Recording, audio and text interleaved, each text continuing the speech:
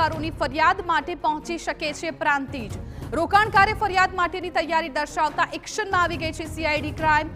સાંજ સુધીમાં CID crime Prantij પહોંચે તેવી પણ શક્યતાઓ છે। સંવાદદાતા અવનીશ ગોસ્વામી વધુ જાણકારી આપી રહ્યા છે। અવનીશ, જે રીતે આખું બીઝેડનું કૌભાંડ છે તેમાં ખાસ તો રોકાણકારોને અલગ અલગ લાલચ આપીને રોકાણ કરાવવામાં આવતું હતું। શું ખુલાસાઓ થઈ રહ્યા છે? સીઆઈડી ક્રાઇમ બ્રાન્ચ જે અરજદારો છે, જે રોકાણકારો છે, એમની ફરિયાદ લેવા માટે પણ પહોંચી શકે છે?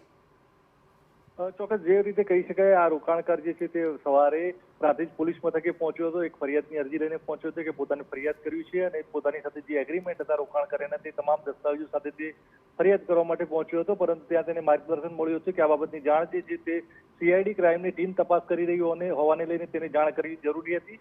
આ બાબતે સીઆઈડી ક્રાઇમને જાણ કરવામાં આવતા હવે એ પણ વિગતો સામે આવી છે કે રોકાણકાર જે છે તેની સીઆઈડી ક્રાઇમ દ્વારા પૂછપરછ કરીને તેની ફરિયાદ જે છે તે નોંધવાની કાર્યવાહી હાથ ધરવામાં આવશે। જેની આ રજૂઆત છે, ફરિયાદ છે, તે રોકાણકારે પોતાની તમામ વિગતો જે છે તે સીઆઈડી ક્રાઇમને જણાવી છે અને સીઆઈડી ક્રાઇમ હવે તેની ફરિયાદ નોંધવા માટેની તજવીજ હાથ ધરી શકે છે। હાલ તો જે પ્રકારે સૂત્રોથી વિગતો આવી રહી છે તે પ્રકારે સીઆઈડી ક્રાઇમની ટીમ જે છે તે ગાંધીનગરથી પ્રાંતિજ પહોંચશે અને આ ફરિયાદી જે છે તે ફરિયાદીને મળશે। રોકાણકાર વિશેની તમામ વિગતો જે છે તે એકઠી કરવામાં આવશે।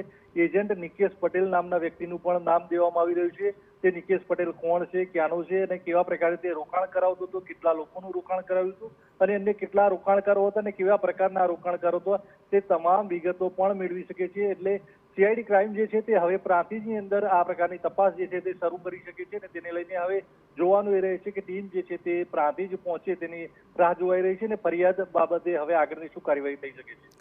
બિલકુલ અવનીશ, આભાર સંપૂર્ણ માહિતી બદલ। તો અત્યારે સીઆઈડી ક્રાઇમ બ્રાન્ચની જે ટીમ છે ગાંધીનગરથી પ્રાંતિજ જવા રવાના થઈ જશે, કેમ કે ત્યાં જે ફરિયાદી છે, જે રોકાણકાર હતા, તેમની ફરિયાદ નોંધાઈ શકે છે કેમ કે તેમને રોકાણની લાલચ આપવામાં આવી હતી। અલગ અલગ મોંઘી ગિફ્ટ્સ દ્વારા, અલગ અલગ વિદેશ ટૂર દ્વારા હવે એમની ફરિયાદ પણ લેવાઈ શકે છે।